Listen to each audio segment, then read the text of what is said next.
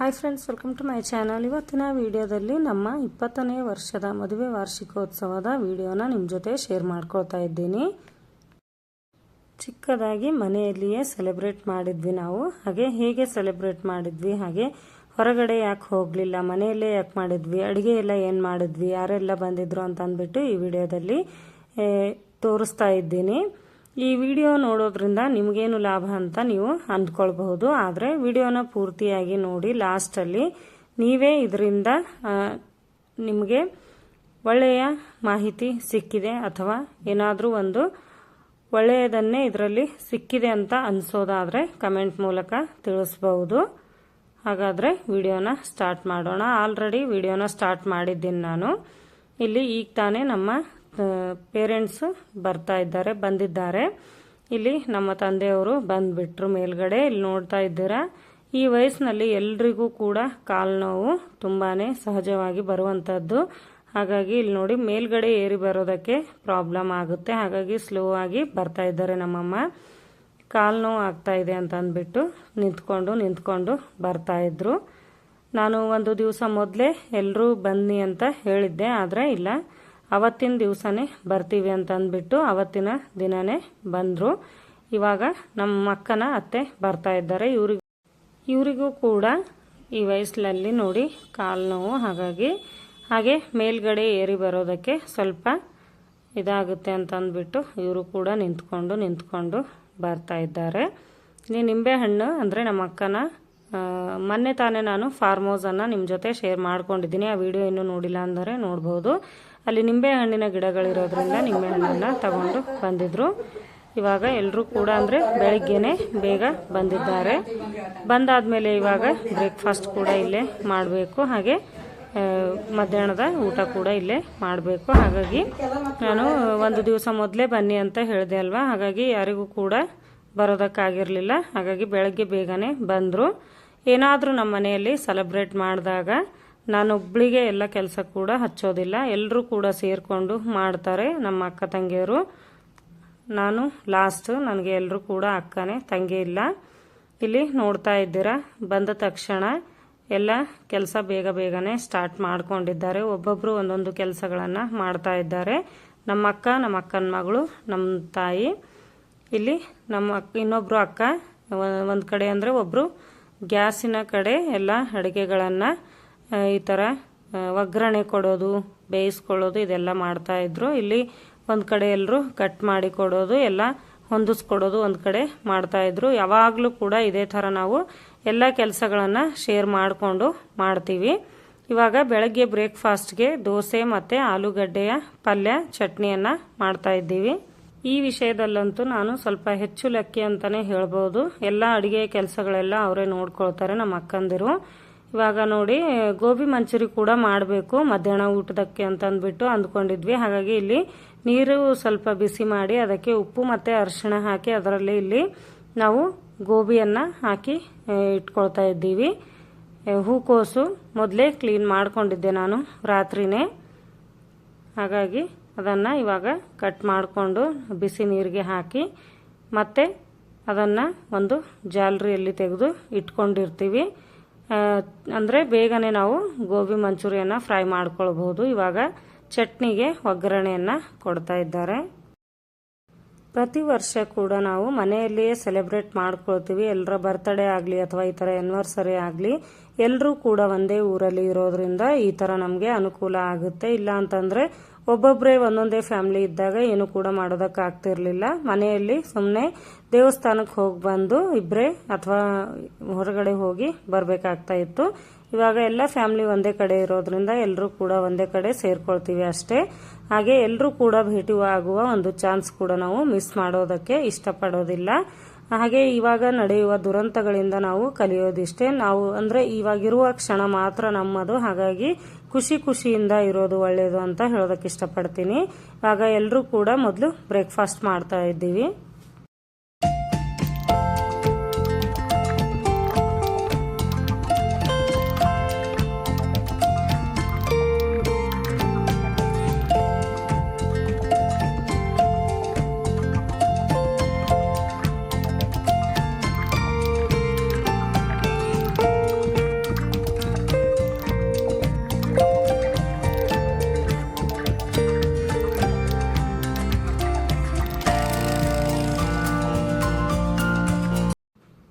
ನಮ್ಮ ಹಬ್ಬಕ್ಕೂ ಮುಸ್ಲಿಮರ ಹಬ್ಬಕ್ಕೂ ಏಕೆ ಹಿಂದೆ ಮುಂದೆ ಆಗುತ್ತೆ, ವರ್ಷ ಬರೋ ಥರ ಬರೋದಿಲ್ಲ ಅಂತ ಇಲ್ಲಿ ಹೇಳ್ತಾ ಇದ್ರು.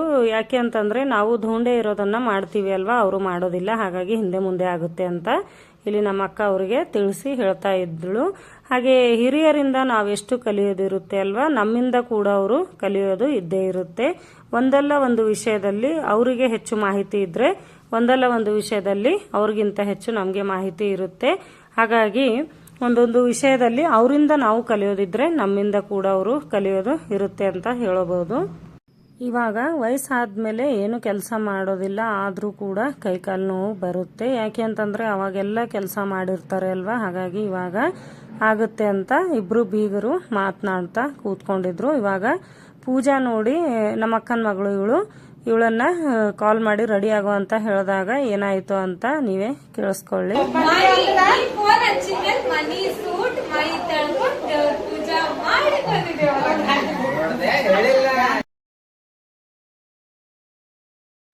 ಅದೇ ಕಾಲ್ ಮಾಡಿದಾಗ ನೀವೇ ಕಾಲ್ ಮಾಡಿದ ಮೇಲೆ ನಾನು ರೆಡಿಯಾಗಿ ಬಂದೆ ಅಂತ ಹೇಳಿ ನಗ್ತಾ ಇದ್ಳು. ಇದಾದ ನಂತರ ಇಲ್ಲಿ ಎಲ್ಲರೂ ಸೇರಿಕೊಂಡು ಒಂದೊಂದೇ ಕೆಲಸಗಳನ್ನು ಮಾಡ್ತಾ ಇದ್ವಿ. ಆವಾಗ ನೋಡಿ ಇವಾಗ ಚಿಂಟು ಸ್ಕೂಲ್ಗೆ ಹೋಗೋದಕ್ಕೆ ಸ್ಟಾರ್ಟ್ ಮಾಡಿದ್ದಾನೆ. ಹೋಗು ಅಂತಂದ್ರೆ ಅವನಿಗೆ ತುಂಬಾನೇ ಅಳ್ತಾನಂತೆ, ಡೈಲಿ ಕೂಡ ಅಳ್ತಾನೆ ಹೋಗ್ತಾನೆ. ಇವಾಗ ಸ್ಕೂಲಿಂದ ಈಗ ತಾನೇ ಬಂದು ಈ ಕಡೆನೆ ಕರ್ಕೊಂಡು ಬಂದಿದ್ದಾಳೆ ನಮ್ಮ ಅಕ್ಕ ಹೋಗಿ. ಹಾಗಾಗಿ ಇಲ್ಲಿ ಅವನೇ ಇದ್ರಂತೂ ಅವನ ಮಾತೆ ಎಲ್ಲರೂ ಕೇಳಬೇಕು. ಹಾಗೆ ಒಂದು ಮನೆಯಲ್ಲಿ ಒಂದು ಮಗು ಇದ್ದಾಗ ಆ ಮಗುವಿನ ಸುತ್ತನೇ ಇರ್ತಾರೆ ಅಲ್ವಾ ಎಲ್ಲರೂ ಕೂಡ, ಅದೇ ಥರ ಇವಾಗ ಎಲ್ಲರಲ್ಲೂ ಕೂಡ ಇವನೊಬ್ಬನೇ ಚಿಕ್ಕವನು. ಹಾಗಾಗಿ ಇವನನ್ನೇ ಎಲ್ಲರೂ ಕೂಡ ಇವನು ಬಂದರೆ ಇವನ ಸುತ್ತನೇ ಇರ್ತಾರೆ. ಇವನು ಮಾತಾಡೋದು ತುಂಬಾನೇ, ಅಂದರೆ ಯಾರು ಕೂಡ ಹೇಳೋದು ಬೇಕಾಗಿಲ್ಲ, ಅಷ್ಟೊಂದು ಚೆನ್ನಾಗಿ ಮಾತನಾಡ್ತಾನೆ. ಯಾರು ಮಾತನಾಡಿದ್ರು ಕೂಡ ಉತ್ತರ ಚೆನ್ನಾಗಿ ಕೊಡ್ತಾನೆ, ಯಾರು ಹೇಳ್ಕೊಡೋದು ಬೇಕಾಗಿಲ್ಲ. ಆದರೆ ಇಲ್ಲಿ ಅಂದರೆ ಮೊಹರಂ ಹಾಡುಗಳನ್ನು ಕೂಡ ಹಚ್ಚಿದ್ರು, ಟಿವಿ ಕೂಡ ಆನ್ ಆಗಿತ್ತು. ಹಾಗಾಗಿ ಕಾಪಿರೈಟ್ ಬರಬಹುದು ಅಂತಂದ್ಬಿಟ್ಟು ನಾನು ಅವನ ಮಾತುಗಳನ್ನು ಇಲ್ಲಿ ಶೇರ್ ಮಾಡ್ತಾ ಇಲ್ಲ. ಯಾವುದಾದ್ರೂ ವಿಡಿಯೋದಲ್ಲಿ ಮಾತನಾಡಿಸಿ ನಿಮ್ಮ ಜೊತೆ ಶೇರ್ ಮಾಡ್ಕೊಳ್ತೀನಿ. ಇಲ್ಲಿ ನೋಡಿ ಬಂದ ತಕ್ಷಣ ಬಾಬಾ ಎಲ್ಲಿ ಅಂತ ಕೇಳಿ ಅವರನ್ನು ನಮಸ್ಕಾರ ಮಾಡಿ ಇಲ್ಲಿ ಮಾತನಾಡಿಸಿ ಹೋಗ್ತಾ ಇದ್ದಾನೆ. ಬಾಬಾ ಅಂತಂದ್ರೆ ಅವನಿಗೆ ತುಂಬಾನೇ ಇಷ್ಟ. ಅಂದರೆ ಹಿರಿಯರು ಯಾರೇ ಇರಲಿ ಅವ್ರ ಹತ್ರ ಹೋಗ್ತಾನೆ, ಅವನು ಮಾತನಾಡ್ತಾನೆ.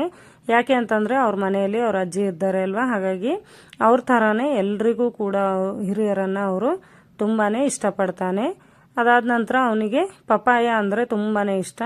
ಹಾಗಾಗಿ ಪಪಾಯ, ನಮ್ಮ ಮನೆಯಲ್ಲಿ ಪಪಾಯದ ಗಿಡ ಇದೆ ಅಂತ ಅವನಿಗೆ ಗೊತ್ತಿದೆ. ಹಾಗಾಗಿ ಪಪಾಯ ಎಲ್ಲಿ ಅಂತ ಕೇಳಿ ಪಪಾಯನ ತಗೊಂಡು ಬಂದು, ಹಾಗೆ ಇಲ್ಲಿ ಸ್ಕೂಲಿಂದ ಬರ್ತಾ ಬರ್ತಾ ಮೆಕ್ಕೆಜೋಳ ಏನಂತ ಹೇಳ್ತೀರಾ ನೀವು ಕಮೆಂಟ್ನಲ್ಲಿ ತಿಳಿಸಿ. ಮೆಕ್ಕೆತೇನೆ ಅಂತ ನಾವು ಹೇಳ್ತೀವಿ, ಮೆಕ್ಕೆಜೋಳ ಅಂತ ಕೂಡ ಹೇಳ್ತಾರೆ, ಕಾರ್ನ್ ಅಂತ ಹೇಳ್ಬೋದು. ಇಲ್ಲಿ ಇದನ್ನು ಬೇಯಿಸಿ ಮಾರ್ತಾ ಇದ್ರಂತೆ, ಅದನ್ನು ನನಗೆ ಹಾಗೆ ಬಾಬಾಗೆ ಬೇಕು ಅಂತ ಅಂದ್ಬಿಟ್ಟು ತಗೊಂಡು ಬಂದಿದ್ದಾನಂತೆ. ಬಂದು ಇಲ್ಲಿ ಎಲ್ರಿಗೂ ಕೂಡ ಕೊಡ್ತಾ ಇದ್ದಾನೆ. ಅವನು ಇಷ್ಟ ಇದ್ದರೆ ಮಾತ್ರ ಅವನ ಹತ್ರ ಇರುವುದನ್ನು ಕೊಡ್ತಾನೆ, ಇಲ್ಲ ಅಂತಂದರೆ ಮುಟ್ಟೋದಕ್ಕೂ ಬಿಡೋದಿಲ್ಲ ಅವನು. ಹಾಗೆ ಆದಷ್ಟು ಹಿರಿಯರನ್ನು ಮಾತ್ರ ಕೊಡ್ತಾನೆ ಅವನು, ಮತ್ತೆ ಬೇರೆ ಯಾರಿಗೂ ಕೂಡ ಬೇಡ, ನೀವು ಯಾರೂ ತಗೊಳ್ಳೋದಕ್ಕೆ ಹೋಗಬೇಡಿ ಅಂತ ಇರ್ತಾನೆ. ಇಲ್ಲಿ ನೋಡಿ ಅವರನ್ನು ಕೊಟ್ಟು ಮತ್ತೆ ತಂದು ಅವರ ತಾಯಿಗೆ ಕೊಡ್ತಾ ಇದ್ದಾನೆ. ಇಲ್ಲಿ ಬಾಬಾಗೆ ಒಯ್ದು ಕೊಡ್ತೀನಿ ಅಂತ ಹೇಳ್ತಾ ಇದ್ನು. ಅವಾಗ ಇಲ್ಲ, ಈಗ ತಾನೇ ಬ್ರೇಕ್ಫಾಸ್ಟ್ ಮಾಡಿದ್ದಾರೆ ಅವರು, ಮತ್ತೆ ಮಲ್ಕೊಂಡಿದ್ದಾರೆ, ಕೆಲ ಹೊತ್ತಾದ ನಂತರ ಕೊಡೋಣ ಅಂತಂದಾಗ ಆಯಿತು, ಅವರನ್ನು ತೆಗೆದಿಟ್ಟು ಬಿಡಿ, ನೀವು ಯಾರು ತಗೊಳೋದಕ್ಕೆ ಹೋಗಬೇಡಿ ಅಂತ ಹೇಳ್ತಾ ಇದ್ನ ಅವನು.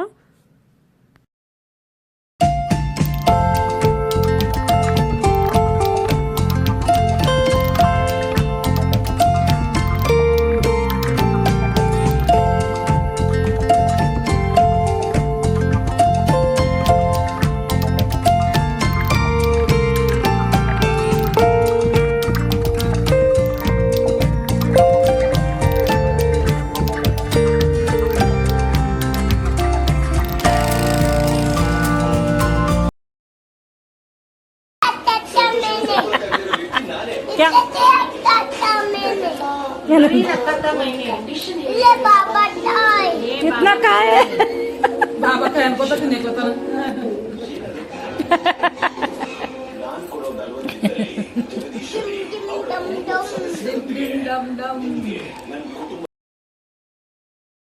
ಇಲ್ಲಿ ಮಕ್ಕಳು ಏನು ಮಾಡಿದ್ರು ಕೂಡ ನಾವು ದೊಡ್ಡವರು ಎಷ್ಟು ಖುಷಿ ಪಡ್ತೀವಿ ಅಲ್ವಾ, ಅದೇ ಥರ ವಯಸ್ಸಾದವರು ಯಾರಾದರೂ ಮನೆಯಲ್ಲಿದ್ದಾಗ ನಾವೆಲ್ಲರೂ ಸೇರಿಕೊಂಡಾಗ ಅವರು ಇರೋ ಕಡೆನೇ ನಾವಿರೋದು ಒಳ್ಳೆಯದು. ಯಾಕೆ ಅಂತಂದರೆ ಅವರು ನಾನು ಒಬ್ಬನೇ ಅಲ್ವಾ, ಎಲ್ರಿಗೂ ಕೂಡ ನಾನು ಭಾರ ಆಗಿದ್ದೀನಿ ಅಂತ ಅನ್ನೋ ಪ್ರಶ್ನೆ ಕಾಡುತ್ತೆ. ಹಾಗಾಗಿ ನಾವೆಲ್ಲರೂ ಕೂಡ ಅವರ ಸುತ್ತಮುತ್ತನೇ ಇರೋದು ಒಳ್ಳೆಯದು.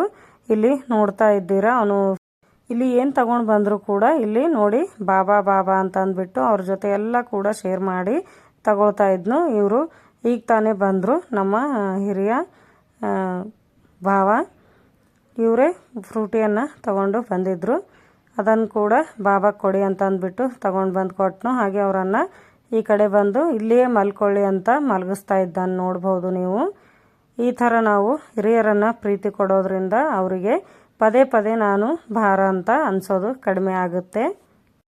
ಒಂದು ಮಾತು ನಾನು ನನ್ನ ಅನುಭವದ ಮೇಲೆ ಹೇಳ್ತಾ ಇದ್ದೀನಿ, ಏನು ಅಂತಂದರೆ ಮಕ್ಕಳನ್ನು ದೊಡ್ಡವರು ಮಾಡಿ ಒಂದು ರೇಂಜ್ಗೆ ತಂದು ಅವರನ್ನು ನಿಲ್ಲಿಸಬೇಕು ಅಂತನ್ನೋ ಭರದಲ್ಲಿ ಬ್ಯುಸಿಯಾಗಿದ್ದು ಮಕ್ಕಳನ್ನು ಸಮಯ ಕೊಡೋದಕ್ಕಾಗೋದಿಲ್ಲ. ಅದಾದ ನಂತರ ಮತ್ತೆ ಮುಂದೆ ಮಕ್ಕಳು ಅವರ ಮಕ್ಕಳನ್ನು ಅವರು ನೋಡ್ಕೊಳ್ಳೋದ್ರಲ್ಲಿ ಹಿರಿಯರನ್ನು ಸಮಯ ಕೊಡೋದಾಗೋದಿಲ್ಲ. ಇದೇ ಥರ ನಡೀತಾ ಬರ್ತಾ ಇದೆ. ಹಾಗಾಗಿ ಆದಷ್ಟು ಇದನ್ನು ನಾವು ಸರಿಪಡಿಸ್ಕೊಳ್ಬೇಕು. ನಾವು ಎಲ್ಲಿ ಯಾವಾಗ ಎಷ್ಟು ಸಮಯ ಕೊಡಬೇಕು ಅಷ್ಟು ಕೊಡ್ತಾ ಇದ್ದರೆ ಸರಿ ಹೋಗುತ್ತೆ. ಇವಾಗ ನೋಡಿ ಚಿಂಟುನ ಬಿಟ್ಟು ಸ್ವಲ್ಪ ಕೆಲಸ ಇದೆ ಅಂತಂದ್ಬಿಟ್ಟು ನಮ್ಮ ಅಕ್ಕ ಹೊರಗಡೆ ಹೋಗಿದ್ಳು. ಹಾಗಾಗಿ ಅವಳು ಬಂದ ತಕ್ಷಣ ಎಷ್ಟು ಖುಷಿಯಿಂದ ನೋಡ್ತಾ ಇದ್ದಾನೆ, ನೋಡ್ಬೋದು ನೀವು. ಅವಳು ಹೇಳಲಿಲ್ಲ, ಅವನಿಗೆ ಹೇಳಿದ್ರೆ ಬಿಡೋದಿಲ್ಲ ಅವನು ಹೋಗೋದಕ್ಕೆ. ಹಾಗಾಗಿ ಈಗ ತಾನೇ ಬಂದಿದ್ದಾಳೆ ನೋಡಿ, ಅವಳು ಬರೋದನ್ನು ವೇಟ್ ಮಾಡ್ತಾ ಇದ್ದಾನೆ. ಈ ಕಡೆ ನಿಂತು ಬೇಕು ಅಂತ ಯಾವ ಥರ ಮಾಡ್ತಾ ಇದ್ದಾನೆ ನೋಡ್ಬೋದು.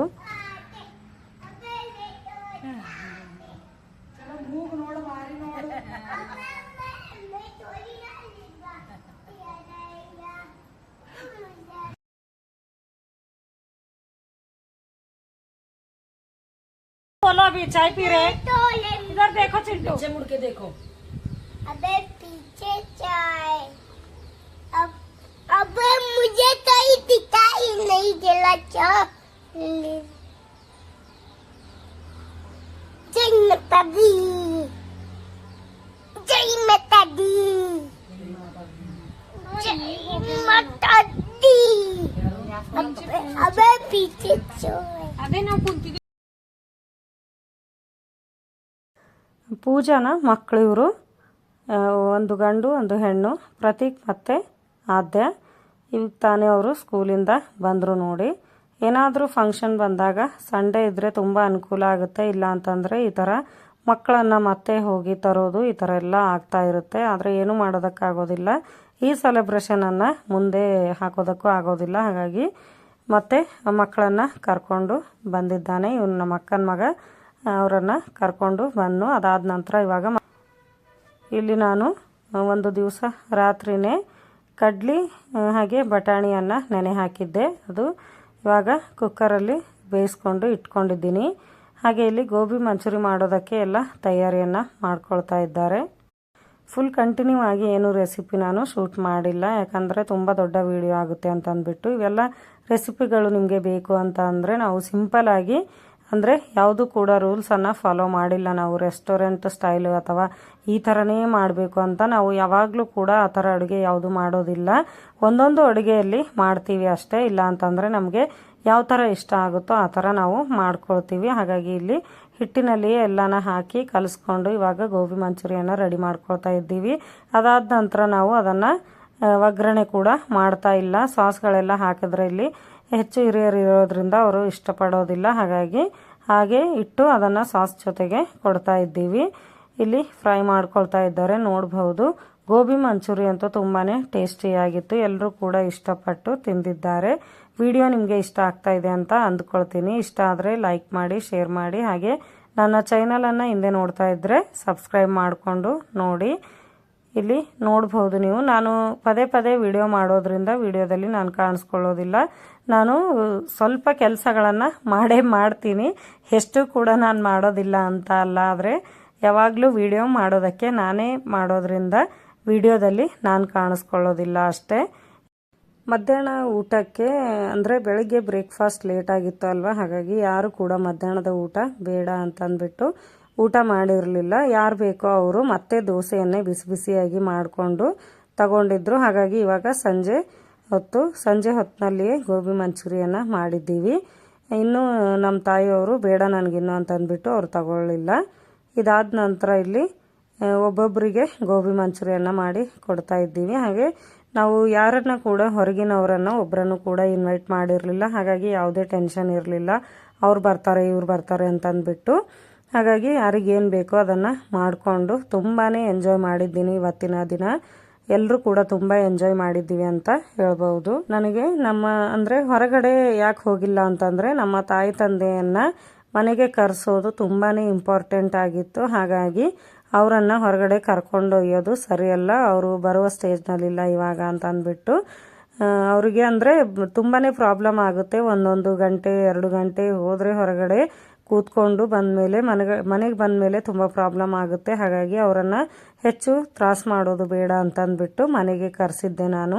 ಹಾಗಾಗಿ ಸ್ಪೆಷಲಿ ಅವರಿಗೋಸ್ಕರನೇ ನಾವು ಹೊರಗಡೆ ಹೋಗೋದನ್ನು ಕ್ಯಾನ್ಸಲ್ ಮಾಡಿದ್ದೀವಿ ಅಂತ ಹೇಳ್ಬೋದು.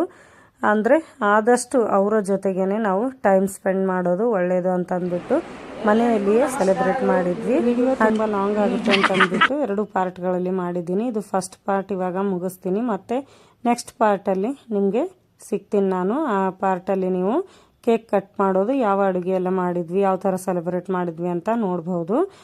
ವಿಡಿಯೋ ಇಷ್ಟ ಆಗಿದೆ ಅಂತ ಅಂದ್ಕೊಳ್ತೀನಿ. ಮತ್ತೆ ಸಿಗ್ತೀನಿ ಮುಂದಿನ ವಿಡಿಯೋದಲ್ಲಿ.